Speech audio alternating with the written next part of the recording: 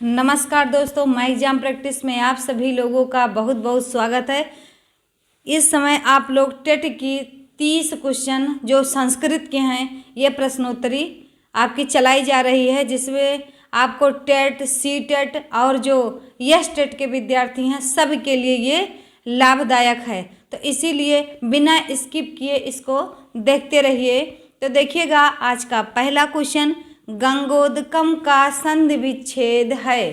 तो बताएंगे गंगोधन दकम, B option गंग धन उदकम, सी ऑप्शन गंगोद धनकम, डी ऑप्शन गंगाधन उदकम। तो बताएंगे कौन सा हो जाएगा इसमें। ऑप्शन आपका गंगोदकम में कौन सा विकल्प सही होगा, तो डी सही हो जाएगा। अगर गंगोदकम में पूछे कौन सी संधि है तो आपका गुण संधि हो जाएगा। कौन सी संधि? गुण संधि। फिर पूछेगा कि गुण संधि का सूत्र बताइए, तो गुण संधि का सूत्र क्या होगा? आद गुणा। अगला देखते हैं, पवित्रम में संधि विच्छेद कीजिए। पोधन इत्रम, बी पौधन इत्रम, सी पवधन इत्रम, डी पाधन इत्रम। तो कौन सा विकल्प सही हो जाएगा इसमें से? तो पोधन इत्रम सही हो जाएगा, होगा पवित्रम। तो पवित्रम में पूछा जाएगा कौन सी संधि है, तो आपकी अयाद संधि होगी।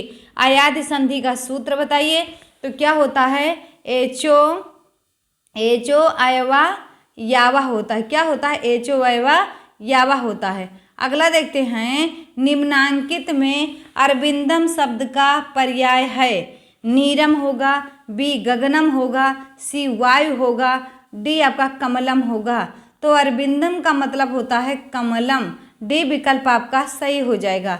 अगला देखते हैं, संस्कृत शब्द में निम्नांकित में से कौन सा उपसर्ग है।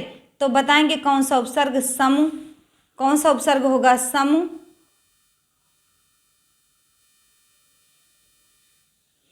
तो देखते हैं, सम होगा, बी सम होगा, सी सा होगा, डी सम होगा। तो देखिएगा ये दोनों आपके एक जैसे दिख रहे होंगे। अगर हम सही से प्रश्नों को नहीं पढ़ते हैं तो ये कभी हलंत वाला, कभी बिना हलंत वाला, ये हमारा प्रश्न गलत हो जाता है। तो इसीलिए एकदम ध्यान एकाग्रता बनाते हुए पढ़ेंगे आप लोग। तो देखिएगा इसमें हो जाएगा आपका सम, बी ऑप्शन सही होगा, ये वाला नहीं होगा।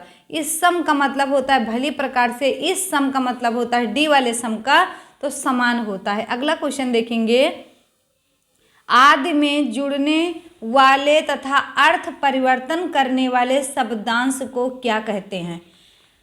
ए परसर्गः, बी प्रत्ययः, सी विसर्गः, डी उपसर्गः। तो क्या कहते हैं? जो आदि का मतलब क्या होता है? तो आदि माने होता है पहले। जो पहले शब्दांश जुड़ते हैं उन्हें उपसर्ग कहते हैं। प्रत्यय में क्या होता है? पीछे जुड़ता है। अगला देखेंगे, निम्न में से शुद्ध वाक्य चुनिए। ए सह पुस्तकम पठस, बी सा विद्यालयम गच्छतः, सी तव विद्यालयम गच्छतः, डी ते पुस्तकम पठत। तो कौन सा विकल्प इसमें सही हो जाएगा आप लोग बताएंगे? सी विकल्प सही हो जाएगा, तव विद्यालयम गच्छतः। अगला देखेंगे, कृष्ण के दोनों ओर ग्वाले हैं की संस्कृत है। ए कृष्णस्य उभयतः गोपाः सन्ति, बी कृष्णम उभयतः गोपाः सन्ति, सी कृष्णाय उभयतः गोपाः सन्ति, डी कृष्णः उभयतः गोपाः सन्ति। तो बताएंगे इसका कौन सा विकल्प सही हो जाएगा? तो बी सही हो जाएगा, कृष्णम उभयतः गोपाः सन्ति। अगला देखते हैं, गा व्यंजन है। बताएंगे गा कौन सा व्यंजन है? अंतस्थ व्यंजन है, ऊष्म व्यंजन है, सी स्पर्श व्यंजन है, डी आपका संयुक्त व्यंजन है। तो कौन सा हो जाएगा? गा आपका स्पर्श व्यंजन होगा। अंतस्थ व्यंजन क्या होते हैं? तो अंतस्थ व्यंजन या, वा, रा और ला होता है। ऊष्म व्यंजन क्या होते हैं? खटी सा, बड़ा सा, खटी सा और छोटा सा, और कौन सा होता है? हा। संयुक्त व्यंजन आपके कौन से होते हैं? छ, त्र, ज्ञ और क्या होता है आपका? स्रा। 4 होते हैं। तो देखिए स्पर्श व्यंजन की संख्या कितनी होती है? तो 25 होती है। अगला क्वेश्चन देखते हैं, बहुज्ञ का विपरार्थक शब्द है। अभिज्ञ होगा, बी अल्पज्ञ होगा, सी सर्वज्ञ होगा, डी ब्रह्मज्ञ होगा। तो बताएंगे बहुज्ञ का विपरार्थक शब्द क्या होगा? तो बताएंगे बहुज्ञ का मतलब होता है बहुत जानकार। क्या होता है बहुज्ञ का? बहुत जानकार। तो कौन सा विकल्प सही हो जाएगा? अल्पज्ञ मतलब कम जानकार। अगला देखेंगे धीसह पद में संधि है, कौन सी संधि हो जाएगी बताएंगे? ए ऑप्शन आपका दीर्घ संधि, बी आपका गुण संधि, सी वृद्धि संधि, डी अयादि संधि। तो धीसा में संधि बताएंगे तो आपका हो जाएगा ए दीर्घ संधि। अगला देखेंगे रामायण में विभक्ति वचन है। ए द्वितीय विभक्ति द्विवचन, बी तृतीय विभक्ति एक वचन, सी आपका है चतुर्थी विभक्ति एक वचन और षष्ठी विभक्ति एक वचन। तो बताएंगे रामायण में विभक्ति बताइएगा आप लोग, तो कौन सा विकल्प सही हो जाएगा आपका? डी ऑप्शन षष्ठी विभक्ति एक वचन होगा। अगला देखते हैं संस्कृत व्याकरण में कति शब्द किस वचन में प्रयोग किया जाता है? ए एक वचन में, बी द्विवचन में, सी बहुवचन में, डी उपर्युक्त सभी में। तो कौन सा विकल्प सही हो जाएगा इसमें? कति का जो प्रयोग होता है बहुवचन में होता है। अगला देखेंगे उपसर्गों की संख्या है 20 होती है, बी 22 होती है, सी 25 होती है, डी 27 होती है। तो उपसर्गों की कितनी संख्या होती है? तो 22 उपसर्ग होते हैं। संस्कृत में कितने उपसर्ग होते हैं? 22 उपसर्ग होते हैं। संस्कृत के सुप्रसिद्ध नाटककार विशाख दत्त की प्रसिद्ध कृति का नाम है हितोपदेश, बी नीत शतकम, सी मृच्छकटिकम, डी मुद्रा राक्षसम। तो बताएंगे इसका विकल्प कौन सा सही होगा? तो डी ऑप्शन सही हो जाएगा। विशाख दत्त का जो नाटक है वो मुद्रा राक्षस है। नीत शतक को किसने लिखा? भर्तृहरि ने लिखा। मृच्छकटिकम को किसने लिखा? मृच्छकटिकम को? तो शूद्रक ने लिखा है। अगला देखिएगा शिवराज विजय नामक पुस्तक के लेखक हैं, बताएंगे आप लोग। ए बाणभट्ट, बी अंबिका दत्त व्यास, सी भास, डी कालिदास। तो शिवराज विजय एक ऐतिहासिक उपन्यास है जिसको लिखने वाले अंबिका दत्त व्यास हैं। बाणभट्ट ने कादंबरी लिखी थी। कालिदास की 7 रचना है और ये रचना जो है आपको ऐसे शॉर्ट्स वीडियो में भेज दिया गया। बस आप माई एग्जाम प्रैक्टिस चैनल को सब्सक्राइब करें और नई नई वीडियो देखिए। नई वीडियो का मतलब ये है कि आपके जितने ग्रंथ हैं आपको बहुत बड़े लगते हैं वो एकदम 22 मिनट 20 मिनट में कंप्लीट, 20 सेकेंड में कंप्लीट करके दे दिया गया। तो शॉर्ट्स वाला ज़रूर देखिएगा आप लोग। कम समय में बहुत सारी तैयारी आपको माई एग्जाम प्रैक्टिस करवाएगा। अष्टाशीति पद का अर्थ है, बताएंगे अर्थ संख्या है, बताएंगे अष्टाशीति। हम आपको बताए जब भी आपके सामने गिनती आए तो आप उसको पीछे से पढ़िए। देखिए अशीति का मतलब होता है 80 और अष्ट का मतलब होता है 8। 80 8 कितना हो गया आपका? 88 हो गया। अगला क्वेश्चन देखते हैं पुराणों की संख्या कितनी है? ए आपका 18, बी आपका 20, सी आपका 15, डी आपका 24। तो पुराणों की संख्या कितनी है? तो आपका हो जाएगा 18 पुराण हैं। और देखिएगा छात्र पढ़े हुए श्लोकों को काठाग्र करेगा। यह व्यवहारगत परिवर्तन किस उद्देश्य का है? ए ज्ञान का, बी अभिव्यक्ति का, सी अभिग्रहण का, डी अभिरुचि का। तो बताएंगे कौन सा विकल्प इसमें सही हो जाएगा आपका? तो बताएंगे इसका आंसर क्या होगा? तो डी ऑप्शन हो जाएगा अभिरुचि का। अगला देखते हैं छात्रों को उच्चारण अभ्यास कराने हेतु सहायक सामग्री है। ए श्यामपट्ट, B flash card, C radio, D tape recorder. तो कौन सा हो जाएगा आपका? बताएंगे आप लोग। तो डी ऑप्शन हो जाएगा। उच्चारण अभ्यास के लिए टैप रिकॉर्डर जो है बहुत महत्वपूर्ण भूमिका निभाता है। कैसे? अगर आप आवाज़ को बोलते हैं तो हम जब कुछ बातें बोलते हैं ना तो हमको गलत नहीं लगता है, लेकिन वही जब रिकॉर्ड हो जाता है तब उससे सुनते हैं तो अच्छा ये गलत हो गया था। तो इस प्रकार से आपका टैप रिकॉर्डर जो है सबसे ज़्यादा सहायक होता है। निम्नलिखित में से बाणभट्ट की कृति नहीं है। हम आपको बाणभट्ट का एक वो ट्रिक बताते हैं कि बाण भट्ट की पांचों रचना आपको याद हो जाएगी। तो नोट कर लेना, बाण भट्ट का मुँह पिचका, मुँह पिचका, चाहे पचका कह दीजिए, कोई दिक्कत नहीं। बाण भट्ट जान ही रहे, का से कादम्बरी, मुँह से मुकुट ताडिक्तम, फिर से नोट कर लीजिए, मुकुट ताडिक्तम, हा से हर्षचरित, पा से पार्वती पड़े, चा से चंडी शतक, और इसका का कोई मतलब नहीं है।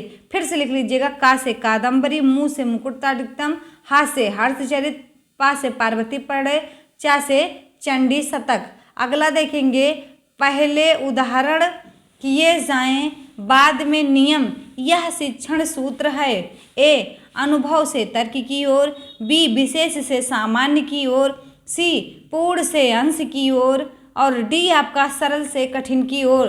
तो इसमें बताएंगे कौन सा हो जाएगा, तो बी ऑप्शन सही हो जाएगा, विशेष से सामान्य की ओर। अगला देखते हैं, संस्कृत शिक्षण में प्रयोग किए जाने वाला दृश्य उपकरण है। ए सिनेमा, बी टैप रिकॉर्डर, सी फ्लैश कार्ड, डी ग्रामोफोन। तो कौन सा हो जाएगा, इसमें बताएंगे आप लोग कि सी आपका हो जाएगा फ्लैश कार्ड। अगला देखते हैं, संस्कृत का अध्यापक एक एक शब्द का अर्थ स्पष्ट करता है। ए प्रत्यक्ष विधि में, बी व्याख्या विधि में, सी मूल्यांकन विधि में, डी समवाय विधि में। तो बताएंगे कौन सा इसमें सही होगा आपका, तो आ जाएगा बी व्याख्या विधि में एक एक शब्द का अर्थ स्पष्ट करता है। कमेंट बॉक्स में आप लोग आंसर जरूर देते रहिए और बताइए कि आपका 30 में से कितना क्वेश्चन सही गया, और जो क्वेश्चन आपका, जो प्रश्न गलत होता है, जिस टॉपिक से गलत होता है उसको लिख लीजिए और कमेंट बॉक्स में कहिएगा कि हमें संधि में गलत हो रहा है, समास में कुछ भी दिक्कत है, आप नीचे कमेंट बॉक्स में लिख देंगे। आपको माई एग्जाम प्रैक्टिस पूरा अच्छे तरीके से पढ़ाएगा विद ट्रिक। आपको, आप संस्कृत नाम मात्र की नहीं जानते, फिर भी आप डरिए ना, आपको बस चुटकियों में सारी चीज़ें आपको याद हो जाएंगी। अगला देखते हैं, आकर्णयन शब्द में कौन सा प्रत्यय प्रयुक्त है। ए कत प्रत्यय, बी कतवत प्रत्यय, सी सत्य प्रत्यय, डी इनमें से कोई नहीं।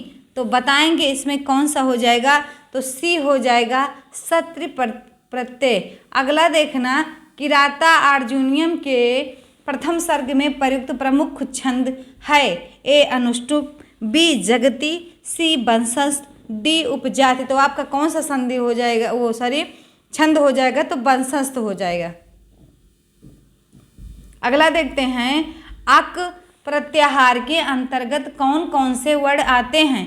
ए आ ई उ री री, बी आ ई उ, सी रील री, डी सभी स्वर। तो अक में देखिएगा, अक में दो सूत्र आते हैं, आ ई उड़ रील रिक। तो आ जाएगा, ई आ जाएगा, ऊ आ जाएगा, री आ जाएगा, और क्या आ जाएगा, री। तो मतलब ए ऑप्शन आपका सही है। सभी स्वर आपके अच में आते हैं, किस प्रत्याहार में, अच में आते हैं। सभी व्यंजन आपके नोट कर लीजिएगा, हल प्रत्याहार में आते हैं।